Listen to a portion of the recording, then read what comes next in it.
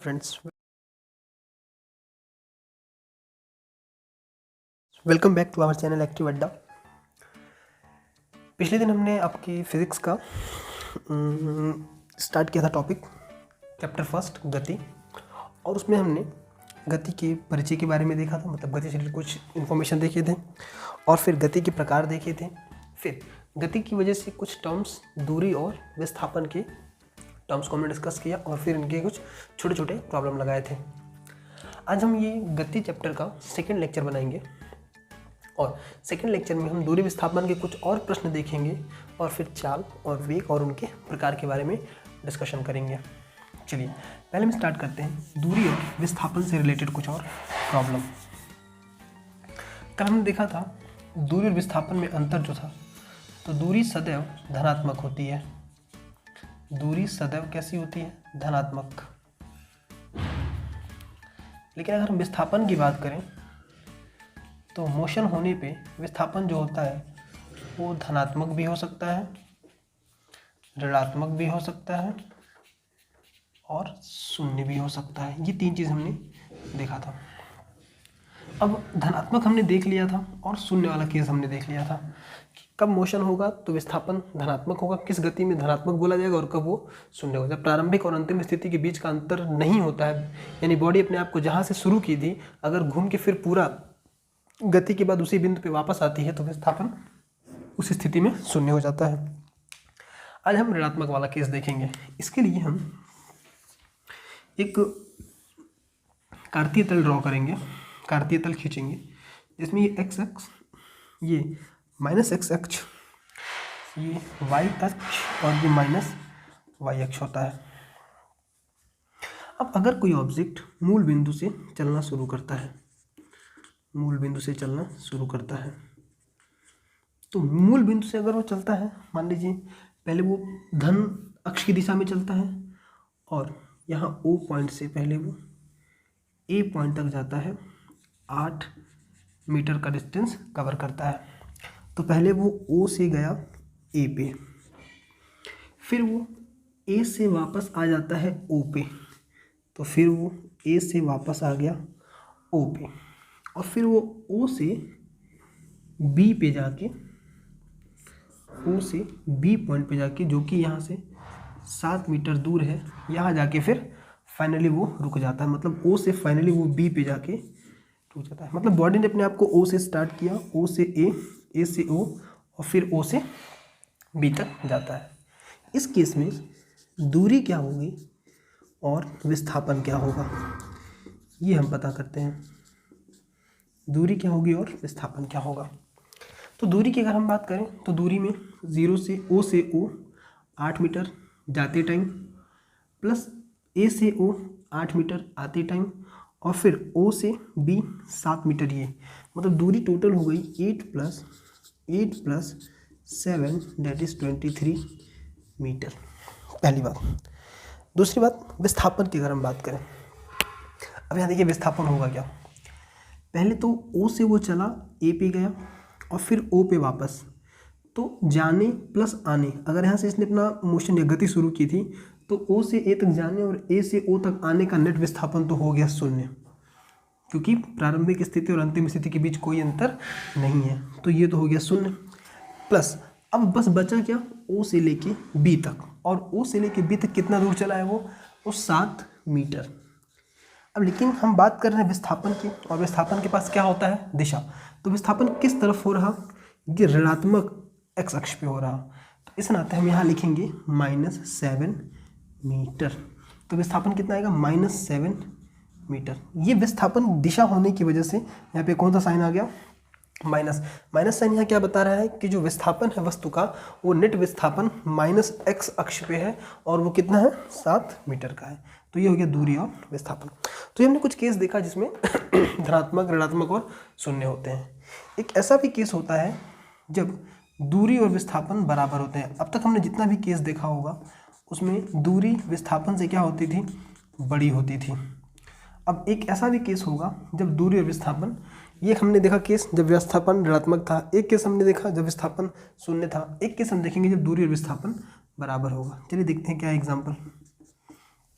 अगर कोई वस्तु ओ बिंदु से चलता है और ए बिंदु पे जाके रुक जाता है, और सपोज इसने 15 मीटर का पथ तय किया, तो इस केस में दूरी कितनी होगी? तो दूरी होगा 15 मीटर। विस्थापन कितना होगा? तो विस्थापन भी होगा 15 मीटर। विस्थापन भी होगा 15 मीटर। दूरी विस्थापन दोनों कितने होंगे? 15 मीटर। अब यहाँ पे हम देख रहे हैं क्योंकि दूरी भी वही है और क्योंकि सीधा चल रहा तो प्रारंभिक और अंतिम स्थिति के बीच के अंतर वो भी 15 मीटर। दूरी विस्थापन दोनों क्या हो जाएंगे? बराबर। तो इसको हम एक चीज़ लिखते हैं कि यदि वस्तु सीधी रेखा में धनात्मक दिशा में, मतलब प्लस एक्स या प्लस वाई, धनात्मक दिशा में चलता है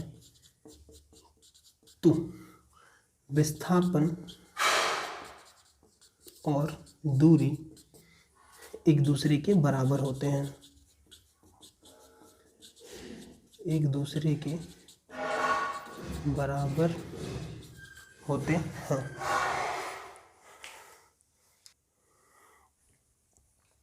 तो ये है हमारे दूरी और विस्थापन से रिलेटेड। तो एक स्पेशल केस था जब दूरी और विस्थापन क्या हो गए? बराबर। कब? जब सीधी रेखा में धनात्मक अक्ष पे कोई वस्तु गति करता है तब। इसके बाद हर एक स्थिति में जो दूरी होती है वो हमेशा बड़ी होती है। किससे? विस्थापन से। दूरी का मान हमेशा विस्थापन से बड़ा होता है हर एक स्थिति में। हर एक स्थिति में दूरी विस्थापन से बड़ी होगी और बहुत ज़्यादा प्रयास होगा तो दूरी विस्थापन के बराबर हो जाएगी। कब? जब दोनों ही एक सीधी रेखा में धनात्मक दिशा में चलेंगे तब। तो ये हो गया दूरी और विस्थापन के टर्म्स। चलिए, तो ये हो गया दूरी विस्थापन से रिलेटेड कुछ टर्म्स, प्रॉब्लम्स हो गए। अब हम बात करते हैं चाल।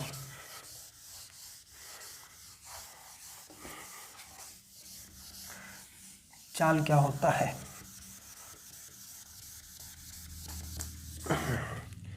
अब हम बात करते हैं चाल की।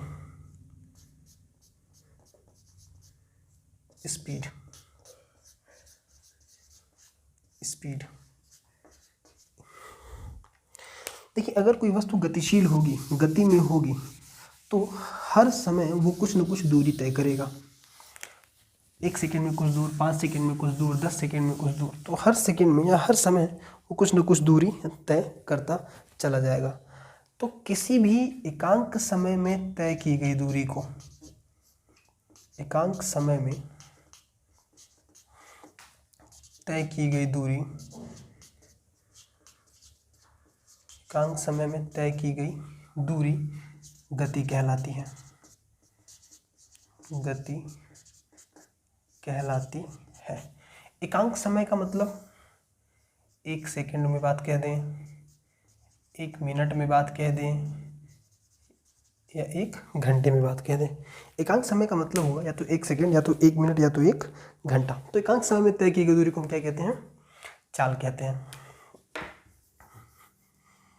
चाल कहलाती है। सपोज कोई वस्तु है जो 5 सेकेंड में 50 मीटर की दूरी तय कर रहा है। 5 सेकेंड में कितना? 50 मीटर। तो 1 सेकेंड में कितना दूर गया होगा? 5 सेकेंड में 50 मीटर। तो 1 सेकेंड में कितना? 50/5 मीटर, और ये वैल्यू आ गया 10 मीटर। तो 1 सेकेंड में कितना दूरी तय किया वो? 10 मीटर। और हमने कहा कि किसी भी एकांक समय में तय की गई दूरी क्या होगी? चाल। तो अगर कोई वस्तु 5 सेकेंड में 50 मीटर की दूरी तय करता है तो उसकी जो चाल होगी वो होगी 10 मीटर पर सेकेंड। 10 मीटर पर, अगर 5 सेकेंड में 50 मीटर तो 1 सेकेंड में कितना? 10 मीटर। तो वही 10 मीटर उसकी क्या बोली जाएगी? चाल। तो उसको हम लिखेंगे 10 मीटर पर सेकेंड। अब बात करते हैं चाल के सूत्र की। तो चाल का जो सूत्र होता है वो होता है चाल बराबर दूरी बटे समय। चाल बराबर दूरी बटे समय। चाल बराबर दूरी बटे समय, ये हो गया चाल का सूत्र। अब बात करते हैं इसकी मात्रक की। इसको हम मापते किस में हैं? मापते किस में हैं? तो दूरी को मापते हैं मीटर में और समय को मापते हैं सेकंड में। तो इसका मात्रक हो गया मीटर पर सेकेंड, मीटर पर सेकेंड। व्यवहारिकता में इसका मात्रक होता है एक और, किलोमीटर पर आवर, किलोमीटर प्रति घंटा भी कहते हैं जिसको हम किलोमीटर पर आवर। तो इसके मात्रक व्यवहारिक रूप से प्रयोग किए जाते हैं मीटर पर सेकेंड या किलोमीटर पर आवर। अब हम बात करें, आपको राशियों के बारे में बताए थे कि जो भौतिक राशियाँ होती हैं वो या तो अदिश होती हैं या सदिश होती हैं। जैसे दूरी अदिश था, विस्थापन सदिश था, वैसे ही चाल एक अदिश राशि है, चाल एक अदिश राशि होती है, चाल एक अदिश राशि होती है। क्लियर। अब कई बार होता क्या है, जब हम प्रॉब्लम इसके सॉल्व करते हैं, चाल के प्रश्न को हल करते हैं, तो उसमें हमको चाल का मात्रक किलोमीटर प्रति घंटा में दिया होता है और हमें उसको मीटर पर सेकंड में बदलना रहता है। किलोमीटर प्रति घंटे को किस में बदलना होता है, मीटर पर सेकंड। तो कुछ नहीं करना होता इस केस में, हम बस हम मल्टीप्लाई कर देंगे जो भी डाटा होगा उसमें 5/18 से। जैसे मान लीजिए अगर हमसे कह दें कि 72 किलोमीटर पर आवर को चेंज करिए किसमें, मीटर पर सेकंड, तो हम कुछ नहीं करना, हम मल्टीप्लाई कर देंगे 5/18।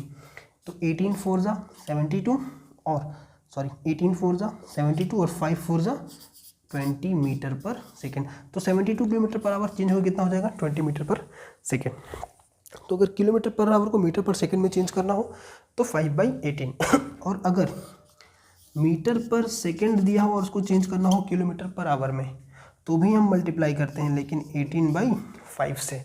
तो हम ये कन्वर्जन यूज़ करते हैं 5/18 का और 18/5 का, किलोमीटर पर आवर को मीटर पर सेकंड में चेंज करने के लिए और मीटर पर सेकंड को किलोमीटर पर आवर में चेंज। तो जैसे रिक्वायरमेंट हो, जैसा चेंज करना हो, हम वैसा डाटा यूज़ कर लेते हैं।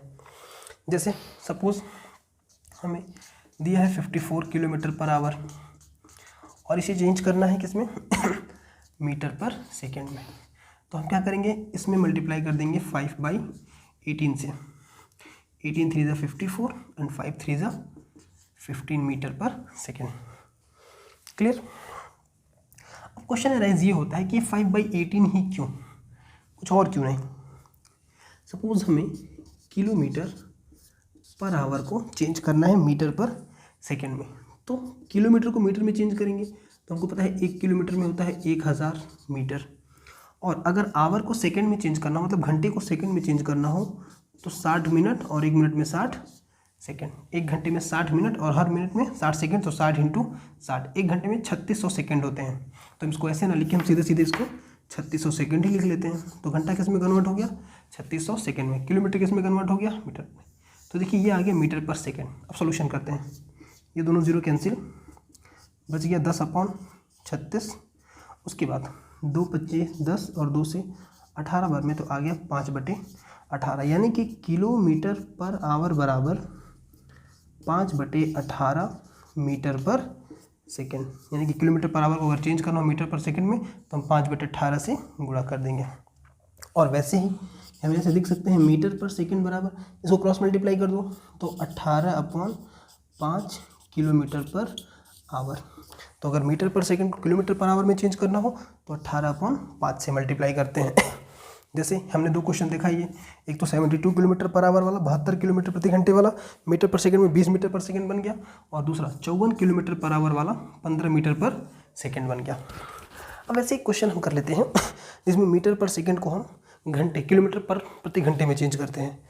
सपोज मेरे पास है 30 मीटर पर सेकंड। एक तीसरा क्वेश्चन 30 मीटर पर सेकेंड। हमसे कह दिया कि इसको किलोमीटर प्रति घंटे में कन्वर्ट करिए, तो हमें क्या करना होगा, 30 × 18/5। हमने बताया था कि मीटर पर सेकेंड अगर बदलना है किलोमीटर पर आवर में तो किससे मल्टीप्लाई करेंगे, 18/5 से। चलिए सॉल्व करते हैं। 5 6 × 30 और 18 6 × 108 किलोमीटर पर आवर। तो ये मीटर पर सेकेंड 30 मीटर पर सेकेंड 108 किलोमीटर प्रति घंटे में बदल जाएगा। ठीक, तो ये हो गया चाल का पूरा कॉन्सेप्ट। ठीक, एकांक समय में चली गई दूरी को क्या कहते हैं, चाल कहते हैं। फॉर्मूला चाल बराबर दूरी बटे समय। एकांक समय का मतलब क्या होता है, एकांक का मतलब या तो 1 सेकेंड कह लीजिए, या तो 1 मिनट, या तो 1 घंटा। अगर सेकंड के हिसाब से देखेंगे तो मीटर पर सेकंड में आंसर बोलेंगे, और अगर घंटे के हिसाब से देखेंगे तो किलोमीटर प्रति घंटा कहते हैं।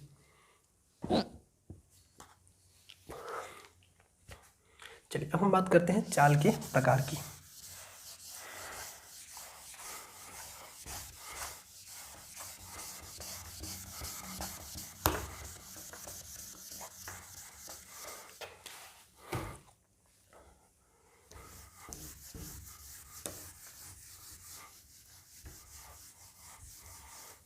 तो हम बात करते हैं चाल के प्रकार की।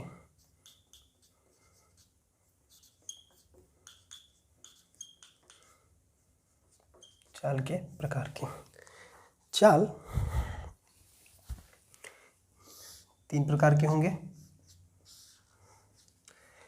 एक समान चाल,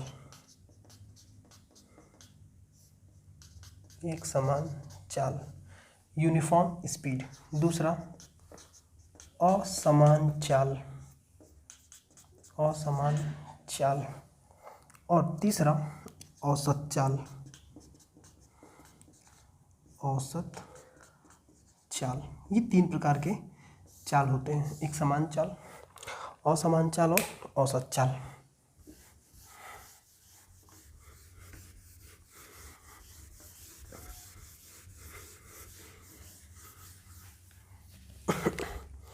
क्या होता है एक समान चाल? बहुत आसान सी परिभाषा, अगर कोई गतिशील वस्तु समान समय अंतराल में, समान समय अंतराल में समान दूरी तय करे, समान दूरी तय करे, तो उसकी जो चाल कही जाएगी वो क्या बोली जाएगी? एक समान चाल। चलिए एग्जाम्पल में देख लेते हैं, एक समान चाल को एग्जाम्पल से देख लेते हैं। एक समान चाल, एक समान चाल।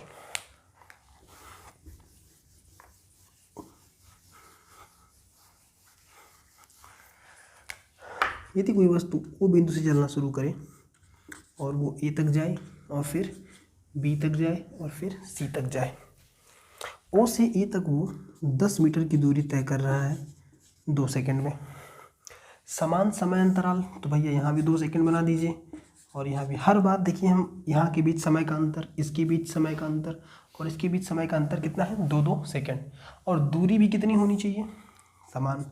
तो ये दूरी हो गई 10 मीटर और ये भी दूरी हो गई 10 मीटर। तो बताइए O से A के बीच में चाल क्या होगी? O से A के बीच में चाल क्या होगा? चाल बराबर दूरी बटा समय, तो दूरी और समय 10/2 कैंसिल होगी, कितना? 5 मीटर पर सेकेंड। A से B के बीच में चाल क्या होगी? तो अगेन 10/2, तो 5 मीटर पर सेकेंड।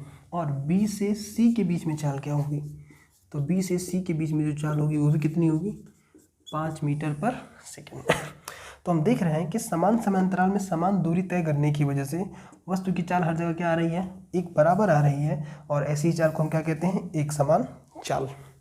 तो ये हो गया पहला आपका एक समान चाल। अब बात करते हैं दूसरे की, असमान चाल।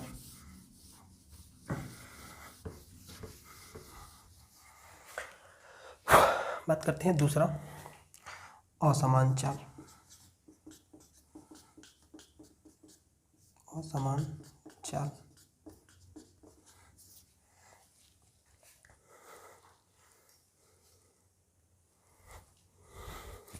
इसको हम 2 तरह से परिभाषित करते हैं। यदि वस्तु समान समय अंतराल में,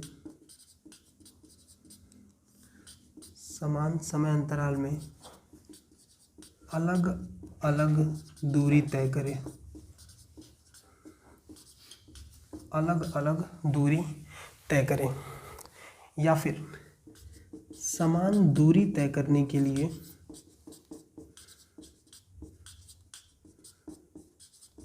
समान दूरी तय करने के लिए अलग अलग समय ले। ये दोनों एग्जाम्पल किसके बनेंगे? असमान चाल के। चलिए फिगर है समझते हैं इसे हम पहले। सबसे पहले हम पहले वाले केस को देखते हैं। O से चला A पे ए से बी पे और बी से सी पे। समान समय अंतराल, समय अंतराल समान होना चाहिए। चलिए भाई, हमने समय अंतराल यहाँ ले लिया 2 सेकेंड, यहाँ का भी 2 सेकेंड और यहाँ का भी 2 सेकेंड, लेकिन अलग अलग दूरी। जैसे यहाँ चलिए 10 मीटर, यहाँ 8 मीटर और यहाँ 12 मीटर। तो हमको पता है ये दूरी का चाल बराबर होता है दूरी बटा समय। तो O से A के बीच में चाल क्या होगी, तो 2/10, तो 5 मीटर पर सेकेंड। A से B के बीच में चाल क्या होगी, तो 2/8 दूरी बटा समय, 4 मीटर पर सेकेंड। और B से C के बीच में चाल क्या होगी, तो 12/2 दैट इज 6 मीटर पर सेकेंड। अब हम देख रहे हैं कि इस गतिशील वस्तु ने अलग अलग समय अंतराल में अलग अलग चाल रखी है। पूरे मोशन में इसकी चाल लगातार क्या हो रही है, बदल रही है। तो अगर पूरे मोशन में ऐसे चाल बदलती जाएगी तो इस स्थिति में हम ऐसे चाल को क्या कहते हैं, असमान चाल। तो अभी हमने पहला वाला केस देखा जब वस्तु समान समय अंतराल में अलग अलग दूरी तय करें। अब आते हैं दूसरे केस में, जब समान दूरी तय करने के लिए अलग अलग समय लगे। चलिए भाई देखते हैं, वस्तु O से चला, A पे गया, B पे गया, C पे गया। इस बार समय अलग अलग लगना है। चलिए पहले दूरी समान दिखा लेते हैं। चलिए मान लीजिए ये 12 मीटर, ये भी 12 मीटर और ये भी 12 मीटर। एक बार समय लगा 2 सेकेंड, 3 सेकेंड और 4 सेकेंड। ठीक है, 12 मीटर दूरी हमने क्या कर ली, समान दूरी तय कर ली, लेकिन समय अलग अलग लगा दिया। तो बताइए O से A के बीच में इसकी चाल क्या होगी, तो दूरी बटा समय 6 मीटर पर सेकेंड। A से B के बीच में इसकी चाल क्या होगी, तो अगेन दूरी बटा समय 4 मीटर पर सेकेंड। और फिर B से C के बीच में इसकी चाल क्या होगी, तो अगेन दूरी बटा समय और 3 मीटर पर सेकेंड। तो ऐसी गति में हम देख रहे हैं कि वस्तु फिर अलग अलग अंतराल में अलग अलग टाइप की गति, अलग अलग टाइप की चाल रख रहा है। तो ऐसी गति क्या बोली जाएगी, असमान गति। एक समान गति और असमान गति, सॉरी एक समान चाल और असमान चाल। अब हम बात करते हैं तीसरे की, औसत चाल। औसत चाल तभी यूज होता है जब कोई वस्तु में कैसी चाल होती है, असमान। असमान चाल को बताने के लिए, अब जैसे हम पूछें कि इस मोशन में बॉडी के लिए, इस वस्तु के लिए, इस गतिशील वस्तु के लिए हम कोई एक आंसर क्या बताएंगे। अब अलग अलग आंसर तीनों के आ रहे हैं, 5, 4 और 6 अलग अलग आंसर तीनों केस में आ रहे हैं। हम पूछें कि इसका एक ओवरऑल आंसर डाटा बताइए, इन तीनों का औसत क्या होगा, इन तीनों चालों का औसत क्या होगा वो बताइए। तो औसत का कॉन्सेप्ट कब आएगा, औसत का कॉन्सेप्ट तब आएगा जब किसी वस्तु में कैसी गति होगी, असमान गति होगी। तो असमान गति की स्थिति में हम औसत चाल निकालते हैं। चलिए अब हम देखते हैं औसत चाल।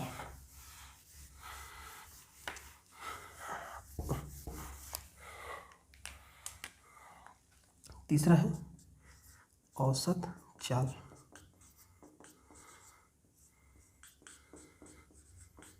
औसत चाल इसको हम लिखते हैं V एवरेज। V औसत, औसत मतलब एवरेज, एवरेज स्पीड, औसत चाल। औसत चाल का फॉर्मूला होता है औसत चाल बराबर कुल दूरी, कुल तय की गई दूरी अपॉन कुल लगा हुआ समय। जब भी असमान गति होती है वस्तु में, तो वस्तु ने पूरी गति के दौरान कितनी दूरी तय की और उसे कितना समय लगा, उन्हीं दोनों का अनुपात क्या बोला जाएगा, औसत चाल। जैसे एक वस्तु O पॉइंट से चला, A पे गया, A से B पे गया और B से C पे गया। यहाँ ये चला D1 दूरी, इसके बीच में चला D2 दूरी और इसके बीच में चला D3 दूरी। और यहाँ से यहाँ तक का समय लगा T1, यहाँ से यहाँ तक का समय लगा T2 और यहाँ से यहाँ तक का समय लगा T3। तो इस स्थिति में हम पूछें कि इस पूरी गति के लिए औसत चाल होगी क्या, इस पूरी गति के लिए औसत चाल क्या होगी। तो क्या लिखेंगे हम, औसत चाल बराबर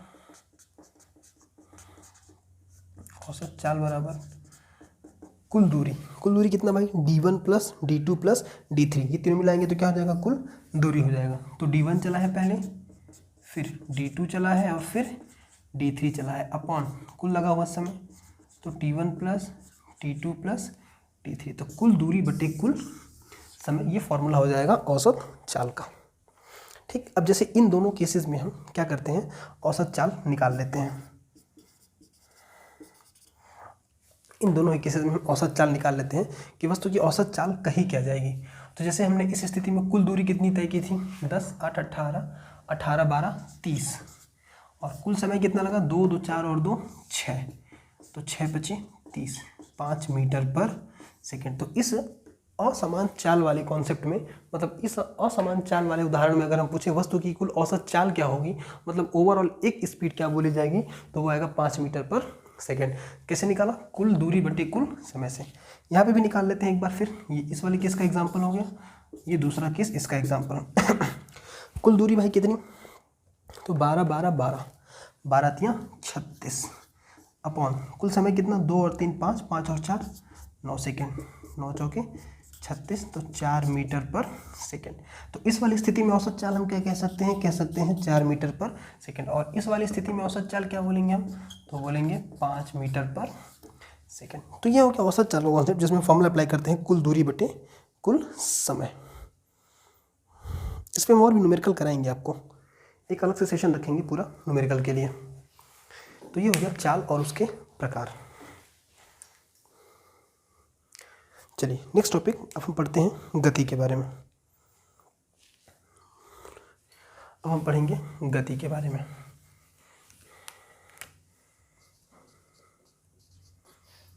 गति,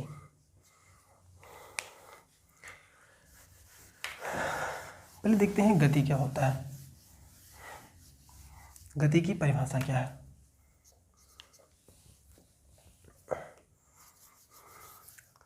एकांक समय में तय विस्थापन, एकांक समय में तय विस्थापन क्या कहलाता है, गति कहलाता है। एकांक समय में तय विस्थापन गति कहलाता है।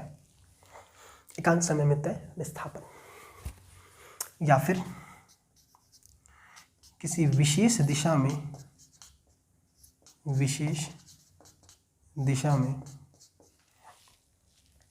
चाल को गति कहते हैं। ये दोनों परिभाषाएं इसकी हैं। विशेष दिशा में चाल को गति कहते हैं। मतलब कि एग्जाम्पल से इसको देखते हैं, एग्जाम्पल से एक, मतलब वही सेम कॉन्सेप्ट कि अगर कोई ऑब्जेक्ट सपोज 6 सेकेंड में 18 मीटर विस्थापित हो रहा है, तो 6 सेकेंड में कितना विस्थापन, 18 मीटर का। तो हमने कहा कि एकांक समय में जो विस्थापन है वो क्या बोला जाएगा, गति। तो 6 सेकेंड में अगर 18 मीटर का विस्थापन, तो एकांक का मतलब होता है 1 सेकेंड या 1 मिनट या 1 घंटा। तो भाई 1 सेकेंड में कितना विस्थापित होगा, तो 1 सेकेंड में 18/6 मीटर, दैट इज़ 3 मीटर। तो ये 1 सेकेंड में कितना दूर जाएगा, 3 मीटर। और एकांक समय में जो भी विस्थापन होता है उसे हम क्या कहते हैं, गति। तो 3 मीटर पर सेकेंड क्या बोलेगी इसकी, सॉरी वेग, इसका वेग क्या हो जाएगा, 3 मीटर पर सेकेंड। खास बात ये है कि इसमें परिमाण के साथ साथ क्या होता है, दिशा भी होता है, क्योंकि हमने क्या लिखा, विशेष दिशा में। तो विशेष दिशा में चाल को ही क्या बोलते हैं, गति। अगर हम चाल के लिए दिशा बताना शुरू कर दें तो ये क्या बन जाएगा, वो गति बन जाता है। तो गति का फॉर्मूला क्या है, वेग।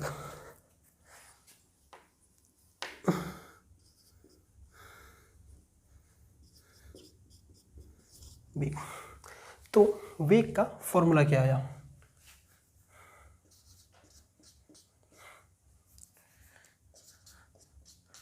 वेग, वेलोसिटी। वेग एकांक समय में तय विस्थापन वेग कहलाता है, या विशेष दिशा में चाल को वेग कहते हैं। तो इसका वेग, इस एग्जाम्पल में वेग कितना आया, 3 मीटर पर सेकेंड। तो वेग बराबर क्या आया, वेग बराबर विस्थापन बटे समय, विस्थापन बटे समय। ये एक सदिश राशि है। वेग कैसी राशि है? सदिश। मतलब जब भी हम इसकी बात करेंगे तो इसके पास परिमाण भी होगा और दिशा भी होगी। परिमाण प्लस दिशा इसके पास दोनों होगी। हमेशा इसकी बात हम दिशा के साथ करेंगे। मात्रक क्या होगा इसका? विस्थापन का मात्रक मीटर और समय का मात्रक सेकंड। तो इसका मात्रक हो गया मीटर पर सेकंड, या इसको भी हम किलोमीटर पर आवर में लिख सकते हैं। तो ये हो गया वेग का कॉन्सेप्ट।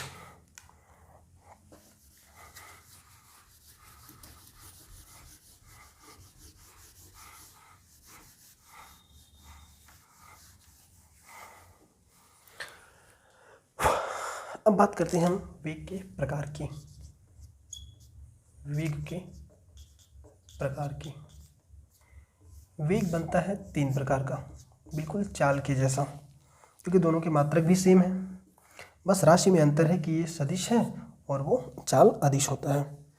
चलिए भाई, अब बात करते हैं वेग के प्रकार की। तो वेग एक होता है एक समान वेग, दूसरा असमान वेग, और तीसरा होता है औसत वेग। इसका कॉन्सेप्ट बिल्कुल सेम है चाल की तरह। अगर समान समय अंतराल में समान विस्थापन तो एक समान वेग। ध्यान से सुनिएगा, अगर किसी वस्तु में समान समय अंतराल में समान विस्थापन होता है तो उसका वेग एक समान वेग कहलाता है। अगर समान समय अंतराल में अलग अलग विस्थापन हो या फिर समान विस्थापन के लिए अलग अलग समय लगे तो उसे हम क्या बोलते हैं? असमान वेग कहते हैं। तो बिल्कुल सेम कॉन्सेप्ट है। यहाँ पे हम तीसरा वाला बस स्टडी करेंगे, औसत वेग। चलिए, तो पहले हम परिभाषा लिख लेते हैं समान और असमान, एक समान वेग और असमान वेग की। तो पहले एक समान वेग, एक समान वेग यदि वस्तु समान समय अंतराल में समान समय अंतराल में समान विस्थापन प्राप्त करती है, समान विस्थापन प्राप्त करती है। यदि कोई वस्तु समान समय अंतराल में समान विस्थापन प्राप्त करती है तो उस स्थिति में उसका जो वेग होगा वो क्या बोला जाएगा? एक समान वेग। दूसरा असमान वेग, असमान वेग। असमान वेग के लिए हम 2 बातें करते हैं। अगर समान समय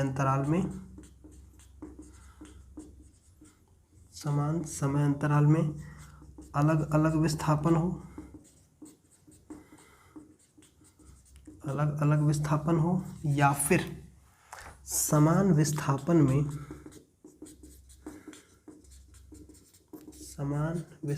में अलग अलग समय लगे, अलग अलग समय लगे, तो ये दोनों स्थिति क्या होंगी? असमान वेग की बोली जाएंगी। तो ये 2 चीज़ें हमने समझी समान और असमान वेग के बारे में। अब हम बात करेंगे तीसरा, औसत वेग। तीसरा है इसका औसत वेग।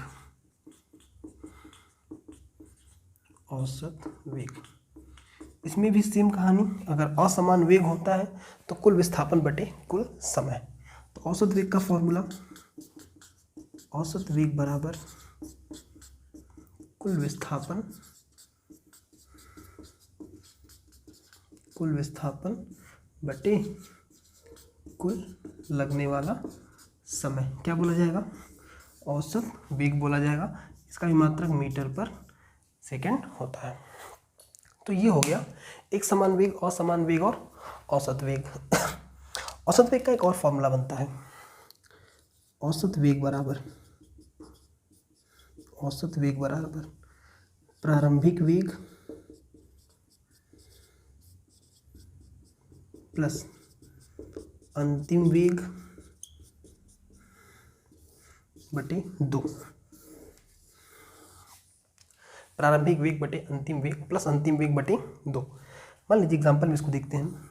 इसका एग्जाम्पल, अगर कोई वस्तु प्रारंभ में किसी वेग u से O पॉइंट से चला और कुछ टाइम के बाद जब वो ए पॉइंट पे पहुंचा तो इसी वस्तु का जो वेग था वो कितना हो गया, बदल के v हो गया। मतलब पहले स्टार्टिंग में शुरू में वेग कितना था u, अभी कुछ भी हो सकता है 2 मीटर पर सेकंड, 4 मीटर पर सेकंड, कुछ भी था।